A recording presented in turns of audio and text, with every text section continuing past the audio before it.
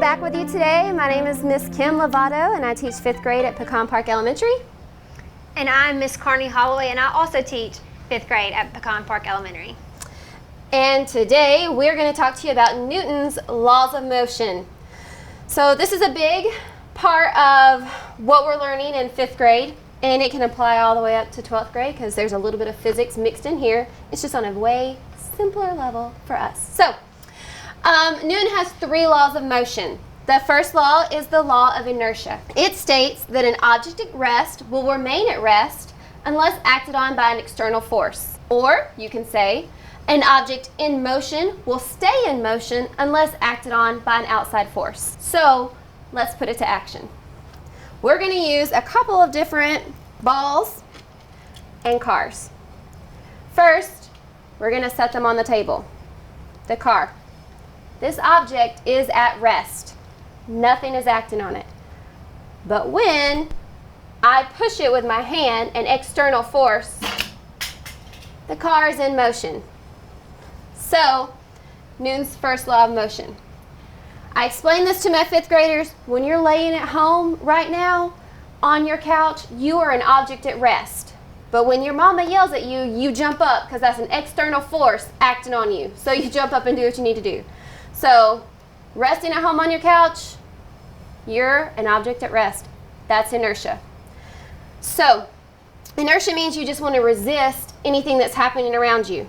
If this ball is getting rolled across the table, it wants to keep rolling until something acts on it.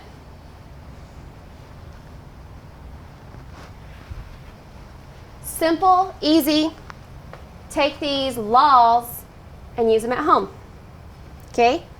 Newton's law number 2. The greater the mass of an object, the more force is needed to accelerate that object, to speed it up or slow it down. When we want to see something move fast, you have to put more force on it.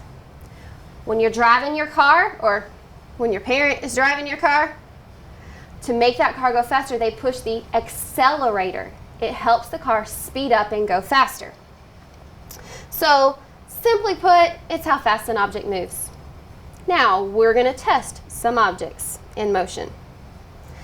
I have this big Bocce Ball. This is a game that you play outside. It actually originated in Italy, and this ball is pretty heavy. It's about 5 pounds.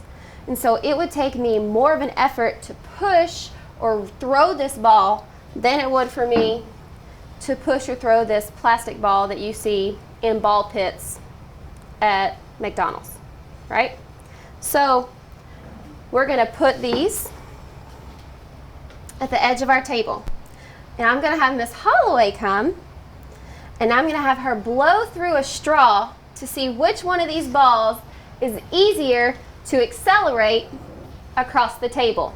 So we'll do, which one would you like to do first? I'll do the Bocce Ball. Okay. Bocce Ball. There you go. We'll have the Bocce Ball first.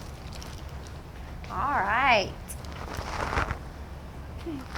Ready? So her force. You can blow harder, come on. It's not working. Not going anywhere. All right, let's see how easier it is for you to apply force and acceleration toward this ball.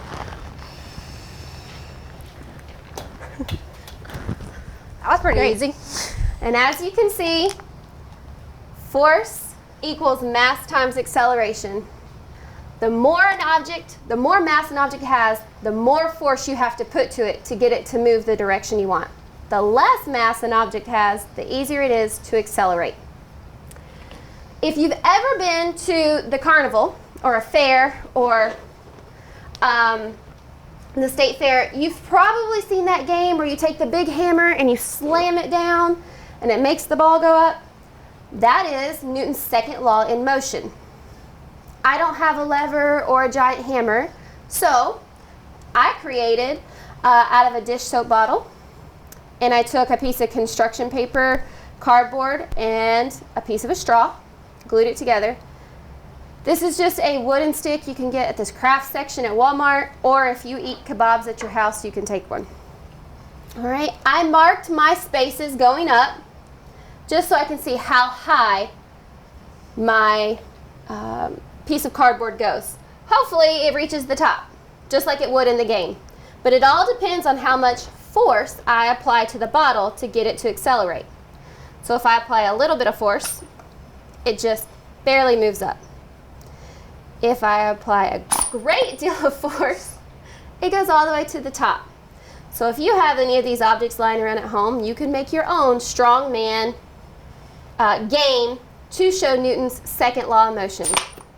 Force equals mass times acceleration.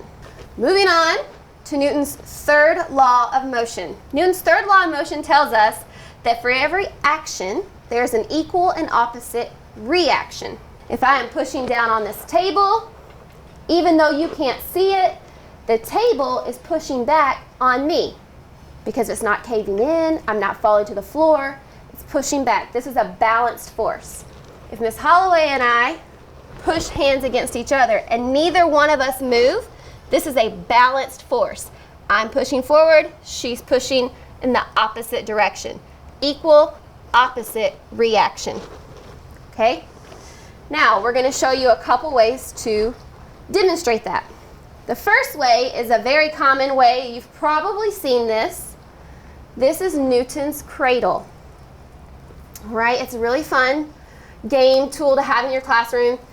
If you see that I pull the ball, the end ball all the way up, and I let it go, it is going to push the opposite ball up to the same equal distance as it was on this side, showing us that for every action, there's an equal and opposite reaction. As the momentum slows, both balls still continue to show the same amount of action until stopped. Okay, one more time. I can even do two balls.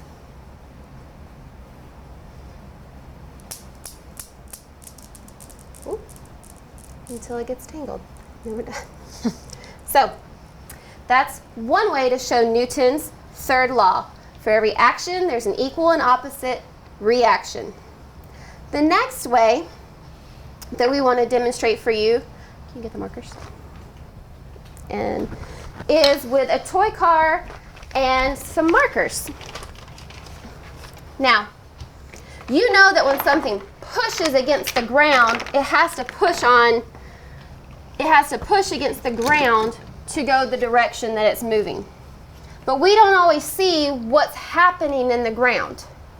So if the car pushes against the cardboard, you're going to see the cardboard push against the car, and they're going to move in equal and opposite directions.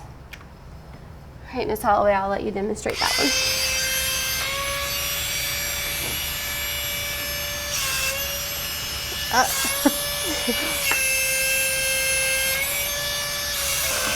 There you go. So one more time. As you can see, the markers roll backwards while the car rolls forward. Good. You can use markers, crayons, color pencils, and all you need is a piece of construction paper or cardboard. So just to recap, this little mini lesson and demonstration was to cover Newton's 3 laws of motion. 1, the law of inertia. Object at rest will stay at rest. An object in motion will stay in motion, unless acted upon by an external force or an outside force. Number 2, Newton's law is force equals mass times acceleration, or the formula is F equals m times a.